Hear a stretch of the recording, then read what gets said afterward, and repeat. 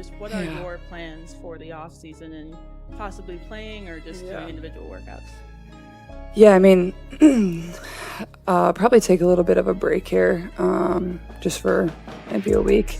I don't really want to lose a ton of the stuff I've worked on, and just trying to get my body back to full health. There's some USA basketball stuff I need to get. The world assumed she would accept without hesitation. Why wouldn't she? The offer was massive, reportedly topping $1 million for just weeks of work, a figure that eclipses what many elite athletes earn over entire careers. Money like that usually guarantees cooperation and quiet approval. But when the architects of a new rival league arrived, eager to secure the most powerful name in the sport, Caitlin Clark didn't flinch. She didn't counter. She didn't stall. She stepped away. For the first time, the relentless competitor who lives in the gym chose distance over a 7-figure check. And anyone watching the storm she endured this season understands why. This wasn't about rest. It was a statement. After a year marked by excessive physical targeting dismissed as tough play, leadership that failed to step in, and national decision-makers who shut her out, Clark turned to the only leverage no one could block: absence. To see how it reached this point, rewind to the opening days of the season, when the welcome felt more like a warning. Before she logged a single professional minute, veteran voices set the tone, publicly declaring that reality was coming, framing the league as a harsh proving ground. In hindsight, it sounded less like guidance and more like a challenge. Once play began, the issue wasn't ability. Clark shattered rookie records with ease. The issue was tolerance. She was subjected to relentless pressure, excessive contact, and repeated non-basketball collisions, all allowed to slide. The clearest example came on a routine inbound sequence against Chicago, when she was struck off the ball and sent to the floor before play even began.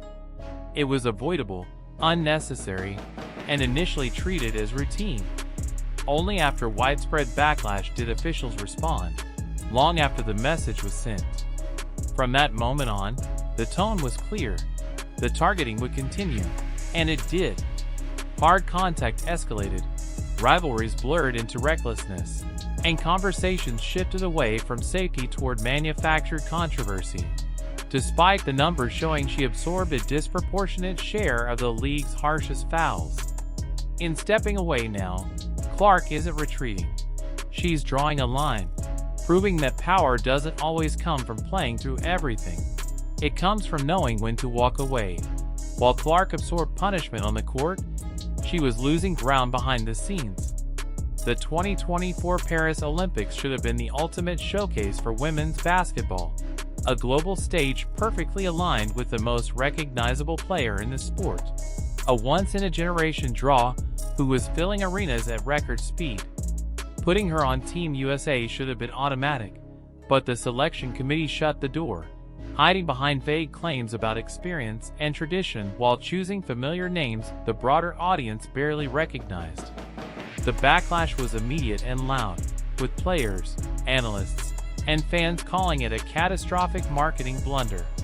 Yes, Team USA still won gold, but the energy was flat, the moment smaller than it could have been, and the message unmistakable: you're not essential.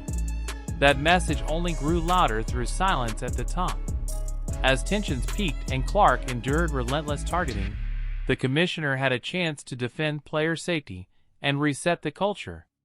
Instead, she framed the chaos as good business, comparing it to historic rivalries and speaking in terms of valuation rather than responsibility.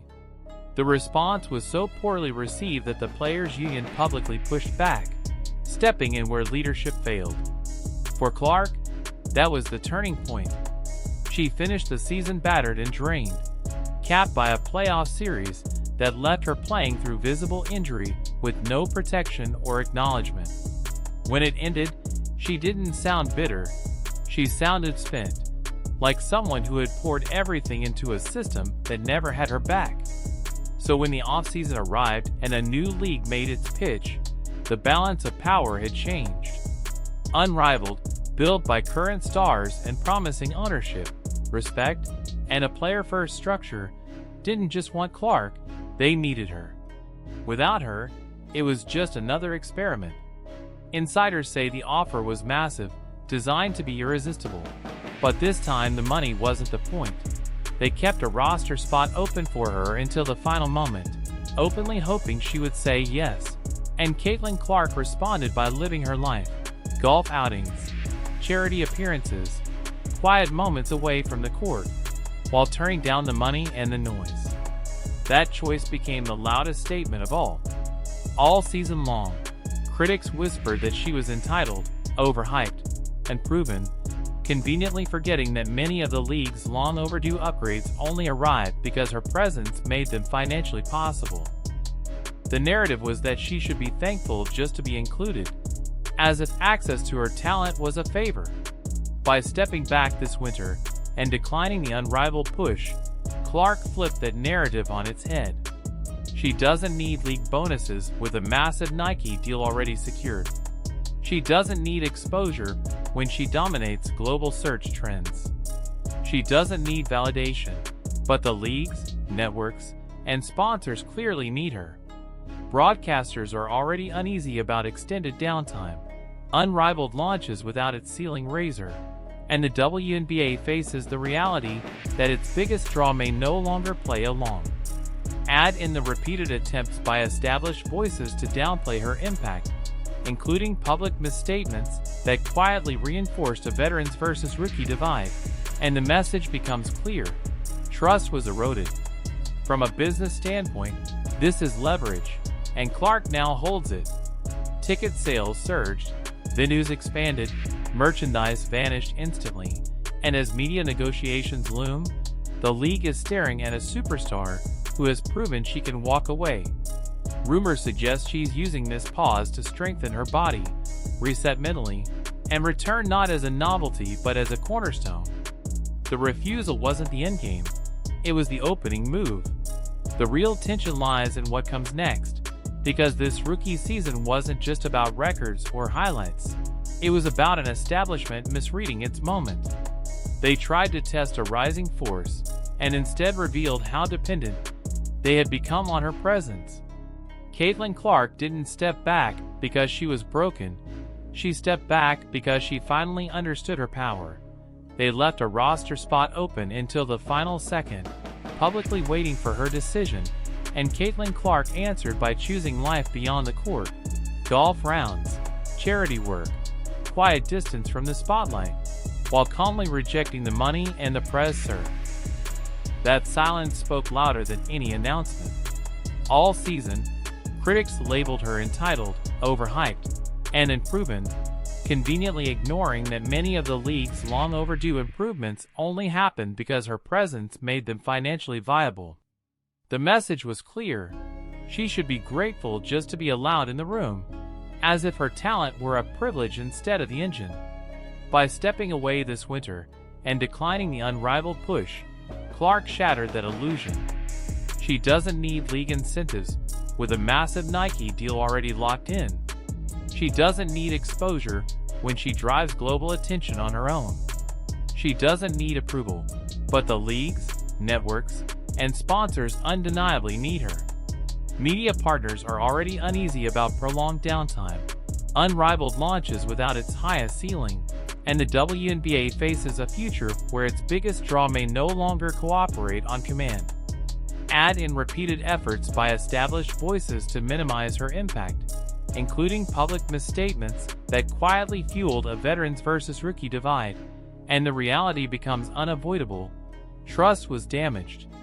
From a business perspective, this is leverage, and Clark now controls it. Ticket sales exploded, venues expanded, merchandise disappeared instantly, and as critical media negotiations approach, the league is staring at a superstar who has proven she can walk away. Reports suggest she's using this pause to get stronger, reset mentally, and return not as a curiosity, but as a foundation. This refusal wasn't the finish line, it was the opening move. What comes next is the real pressure, because her rookie season wasn't just about highlights or records. It exposed an establishment that misjudged its own moment. They tried to test a rising force and instead revealed how dependent they had become on her presence. Caitlin Clark didn't step back because she was shaken. She stepped back because she finally recognized her power. They're the same voices saying, "Good, let it fall apart." And that bitterness now runs deep through the fan base, fueled by the belief that the WNBA hasn't earned Caitlin Clark's loyalty. By choosing to stay home, Clark quietly confirms what many already feel. The unrivaled rejection also lands hard on Breanna Stewart and Nneka Ogwumike, the league's standard bearers and MVPs who risked their credibility to launch something new, betting that every star would fall in line. Clark's answer wasn't loud, but it was decisive. She isn't just another name in the circle. She's moving on a different frequency, and that shift sets the tone for next season, especially when competition puts them face to face again. At its core, this is a story about control. For decades, women athletes were told to accept less with a smile. Less pay, fewer resources, fewer choices, all framed as gratitude for the opportunity. Clark is the first with enough leverage, endorsement power, and cultural pull to reject that script entirely. She doesn't need permission to say no, and she's earned the right to demand more. So when the headlines frame this as her refusing to play, don't mistake it for rest. It's a statement. A solo stand against a system that assumed she'd always comply. Empty seats, softened ratings, and quiet boardrooms are now reminders of what's missing. This wasn't a personal dispute. It was a collision of ideas. Leadership chose comfort. Caitlin Clark chose progress.